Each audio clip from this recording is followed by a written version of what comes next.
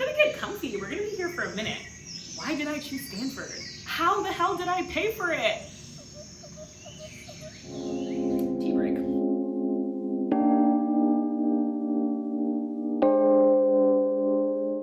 Hi guys, welcome back to my channel. I'm Tamer Nisbet, lover of all things media, tech, and beauty, and today I'm here to talk to you about business school. Why did I go? Was it worth it? Why did I choose Stanford? And all the other questions that you guys ask me on a regular basis, either by hitting me up in my DMs on Instagram or on LinkedIn or finding my email address somehow. I just want to answer them all for you in this one video. I'm literally in my living room on my couch. I have some tea with me, so get cozy. We're gonna go through all of this together. But first, we're gonna start with a game. Very business school appropriate, gotta get to know each other. Easy game, 2 truths and a lie. Are you ready? I have a twin brother. I have visited 9 African countries in my lifetime. My first media job was in Paris. I will give you the answers to those questions at the end of the video, so mull on it, let it simmer, and let's get into the questions. I'm originally from Brooklyn, New York, born and raised, and for high school, I got the opportunity to have a full scholarship and go to a private school called Phillips Exeter Academy. This is a boarding school in New Hampshire. Kind of felt very like Hogwartsy in a way. Honestly, I'm gonna get comfy. We're gonna be here for a minute. Next, I went to Columbia University, where I majored in comparative literature and society. Basically a make your own study situation. So I was able to study abroad for an entire year in Paris and got to read and write for my entire college experience. After Columbia, I got a job at Phillips Exeter Academy, which is the high school that I told you about. I was an intern in the Office of Multicultural Affairs, and then I got a job working at Google as an account strategist. My last job before I went to business school was as a content strategist at YouTube. My team there wrote all of the Help Center content. It was just an incredible job, an incredible team. I still am really good friends with a lot of the people that I met on that team. And that was the last job that I had before I went to business school.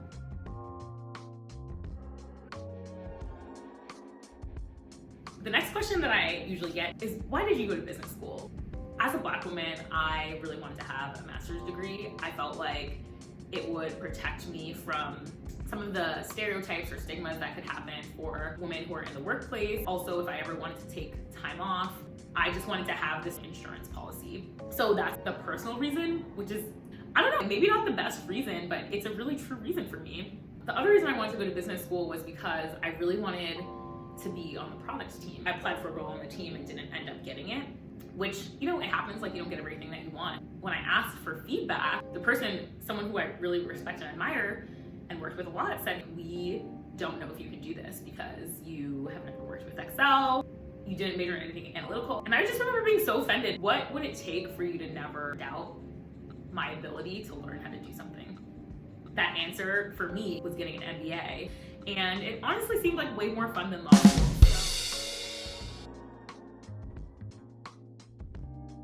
Another question I get from people who are starting a process or thinking about it is, was applying to business school hard? The answer, at least for me, is hell yes. It was very difficult, but it was made easier by a few programs that I want to talk to you about. The first is Management Leadership for Tomorrow. I did MLT MBA prep. I was living in San Francisco. I met, honestly, some of my best friends in San Francisco, and to this day through that program. Shout out to MLT, I love you guys. The other program that I used was the Forte Foundation. This is a program that is for women who are applying to business school. For Forte Foundation, I got 2 amazing girlfriends who also went to business school, and we still talk to this day. I think in this virtual world, it's probably really nice to have that community too, because you're not really getting out and seeing people. So if you're applying to business school right now, you might feel completely alone. Doing a program like Forte Foundation or MLT, if you do qualify for those programs, is a way to build a community around that. So why did I choose Stanford? First, let me start with where I thought I was gonna go.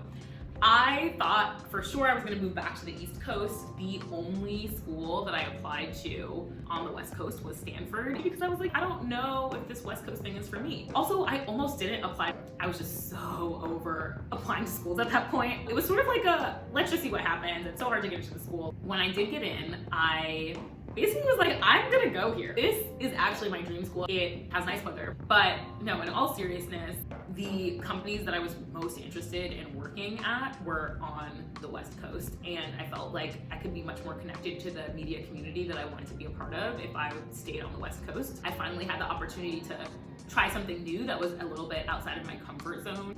I wanted to do something that scared me a little bit. I also really liked that Stanford had a lot of interpersonal classes. I know that Stanford put an emphasis on communication skills, presenting, how to get along with people, how to understand other people, and that's something that's totally up my alley. So Stanford it was.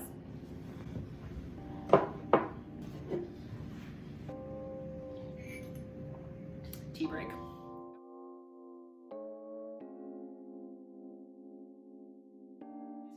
I was really interested in consulting. I thought it was such a cool industry to be a part of. My friends who had done it before business school really liked it. And I felt like I would learn all of those analytical skills that I really wanted to get in this dynamic, fast-paced environment. I was drinking the consulting Kool-Aid, okay? I was so down. Consulting recruiting happens in January, so I was going to recruiting events in the fall and just practicing how to do the interview. During that time, I realized that Netflix was recruiting. The job at Netflix was to be on the content strategy and analysis team for the summer as an intern. This is the team that does the valuations for how much shows and movies will cost to Netflix. They think about the future strategy, what types of shows and movies should Netflix be looking at in the future, what should the teams be buying. If you could draw up a job that I would have wanted that was incredibly media focused and also had this analytical bent to it, I mean, it would be this job. I was like, okay, I have to apply to this. Let's see what happens. Maybe they will see that I have deep media knowledge and maybe they'll take me for that. During the interview process, what really helped me was I had done all these case interviews for consulting, and so I wasn't thrown off by some of the more business questions or how to answer them. When it all came down to it, I got offers from 3 consulting firms and from Netflix. And one consulting firm was in New York, the other 2 were based in San Francisco, and then Netflix was based in Los Angeles. I actually was really conflicted because I had spent my whole time before business school preparing to be a consultant. I felt like if Netflix was the scariest job that I could have, like if the scariest company was the best media company in the world, then I was in a really good place and I should probably take that. My decision making was actually really similar to my decision making for Stanford. So I went for it.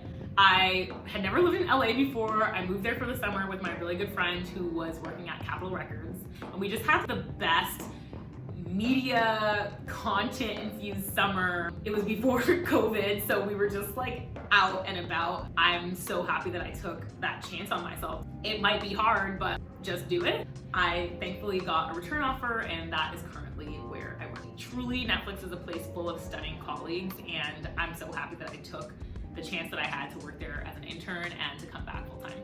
People always are like, you have this non-traditional background, you majored in literature and you went to business school, you didn't have a finance job, but you work in finance and strategy now. How did you do it? I was really honest about my background and what I wanted. Sometimes that doesn't work out, and sometimes it does. Even in my business school essays, I was like, you can clearly see on my resume and in my transcript that I did not take that much math in college, okay? But I took this data analytics class when I was at work. I took this accounting class at UCLA Extension to prepare, like, I want this badly. I just exuded that. The things that you feel like you're not adequate at, sometimes they're not true. And so someone will tell you that. But sometimes they are true. I didn't do these like crazy statistical SQL-based projects. But what you can see is that I'm really passionate about what I do. And I think that that energy comes through. The fact that I was true to myself made me feel like even if I didn't get exactly what I wanted, at least I had been honest to everyone, including myself. And I think that probably me being honest and true to myself made my passion more clear and more palatable to everyone I was talking to. And so perhaps made it an easier decision to give me that job, even if.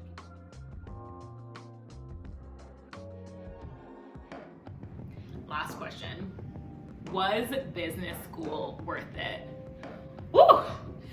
For me, yes, business school was worth it. But let me first start by saying business school is expensive, especially the way that I did it. I took 2 years off from work to go to business school full time. I also know not everyone has the money to do it or like wants to take out the loans, and I think that's totally fair. There are some other ways to do business school that are less expensive than what I did. You can go to school part-time. Some companies pay for you if you go part-time. Also, depending on the company that you work at, some companies actually do pay for your tuition when you go to business school. Google did not. I asked them. So there are ways to make school cheaper. There are scholarships that you can apply to. From a fun perspective, more than cleared the bar for me. I had a great time. On the connection level, I have friends for life, and those are priceless. I mean, the price was $250,000, but they are priceless. I love my friends that I have. I would never have gotten my job at Netflix without business school. I'm positive of that. I'm really happy that I took the opportunity to invest in myself and go. Do I have a lot of loans to pay back right now? Yes. I mean, I'm paying another rent, but I did just refinance them, and they are much cheaper than I thought that they were gonna be. So I hope you enjoyed listening to my business school journey. This is a conversation that I've had with so many people one-on-one, and I'm so excited that I can now scale the conversations that I've been having. If you are applying to business school or thinking about applying to business school, you can understand, at least from one person's perspective, what that was like. I know I was a non-traditional applicant, and if you are too, you majored in humanities, or you feel like something is missing in your resume, don't let that stop you from applying. You miss 100% of the shots that you don't take. So good luck with all your applications. Let me know where you're applying. I told you I would tell you about 2 truths and a lie. There have been some hints about what is true. Drum roll, please. I do, in fact, have a twin brother. I am a twin.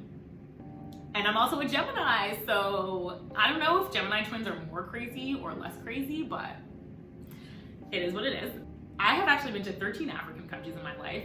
I went to 9 African countries last year when I was in business school. So when I talk about travel and fun in business school, I am serious. I hope you enjoyed this video. Like it if you did. Let me know in the comments if you want to hear anything else about Stanford, about media, about this Luke that I have. Let me know. I'm totally happy to talk about any of it. You can also follow me on Instagram at @TamerNisbet. I will see you guys in my next video. Bye!